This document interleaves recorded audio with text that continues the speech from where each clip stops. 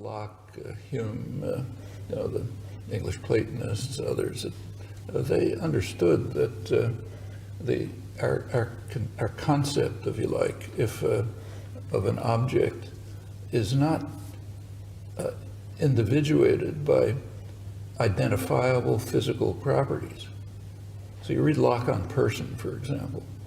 He says persons, he didn't put it in these terms, but if you look at the kind of thought experiments Locke carried out with what if you have two minds in the same body, that kind of thing, what he's actually saying is that our concept of person is based on some notion like psychic continuity.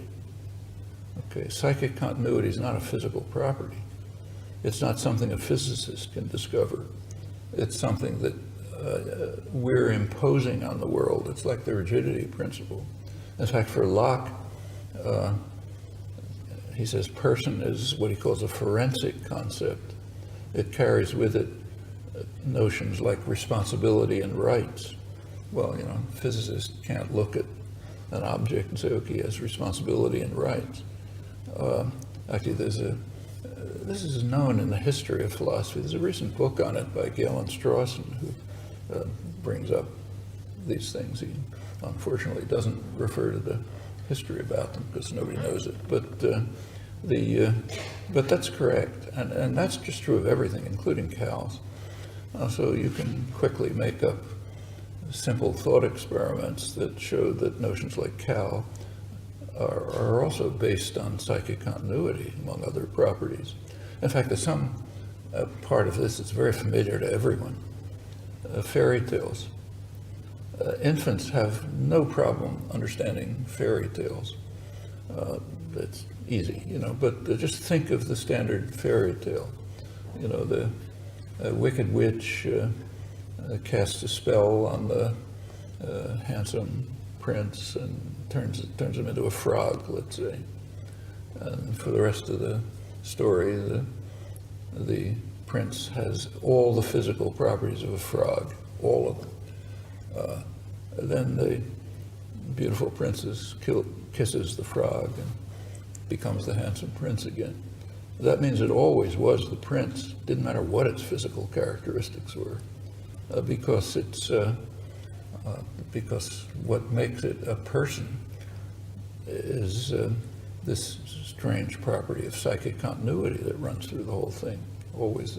And you can do the same. There's similar stories with animals, turned into something and then turned back into themselves and so on. And children have no problems with that. That's perfectly straightforward because their concepts are simply not based on physical properties.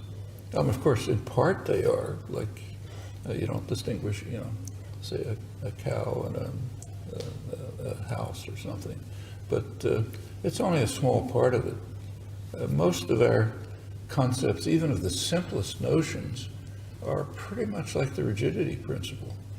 You see them a certain way because of the way you interpret the world, and you can't get that by association and causality. So I think Jerry's approach is, it's not just him, everyone's, is hopeless from the start.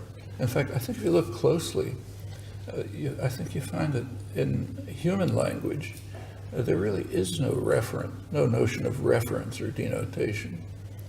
There's ways of interpreting the world based on our internal conceptual systems, but they do not set up a relationship between an internal symbol, like a word, and some mind-independent entity, which was what reference or denotation would have to be. And in fact, if you look at the history of philosophy, some of the famous conundrums have to do with this. So take, say, the ship of Theseus, Plutarch's story. The story is that Theseus is on a ship in the ocean, and there's variants of it, and one of the boards rots, throws the board overboard, replaces it by a different board. This keeps going until finally every board has been replaced, and it's still the ship of Theseus. although all the physical properties have changed. Well, the conundrum comes when you add, say, that there's somebody on the shore who's picking up the old boards and putting them back together and rebuilds the original ship.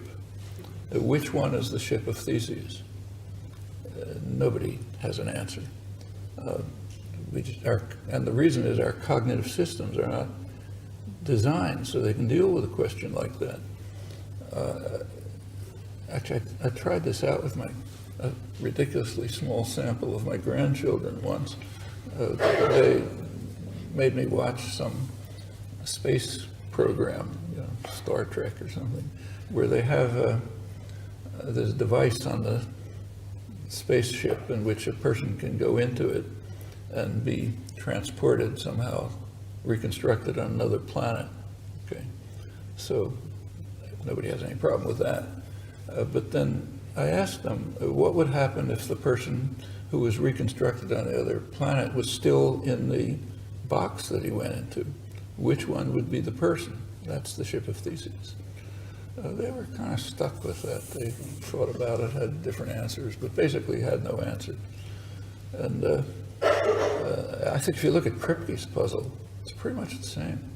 The puzzle dissolves if you don't assume that there is an entity, a mind-independent entity that words like London or Paderewski and so on are referring to.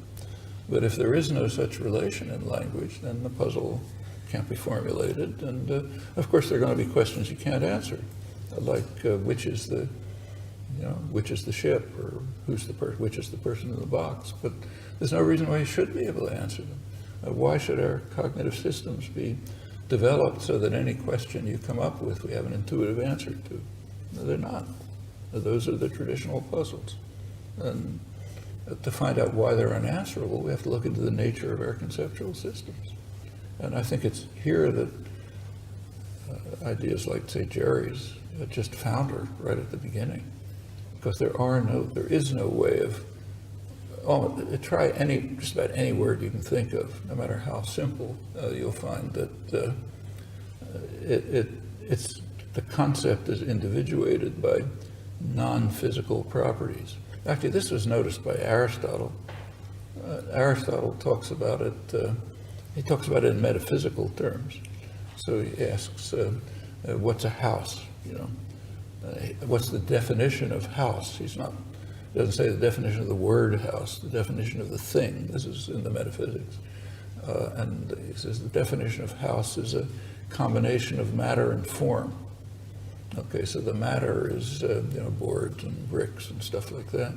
And the form is what it's used for, what the design is, things like that, which are, this was all later reconstructed in the 17th century in epistemological terms. This is the cognitive structures without Aristotle's metaphysics anymore of matter and form. But I think the basic idea is right, that what constitutes a concept for us is some combination of things we perceive and constructions that we impose on it by our complicated cognitive systems, for which things like psychic continuity and design and use and so on are critical. Now, if there's something that looks like a house, say, but it's used to store books, it's a library, it's not a house. And this holds of every term you can think of, river, tree, almost everything, maybe everything has been looked at.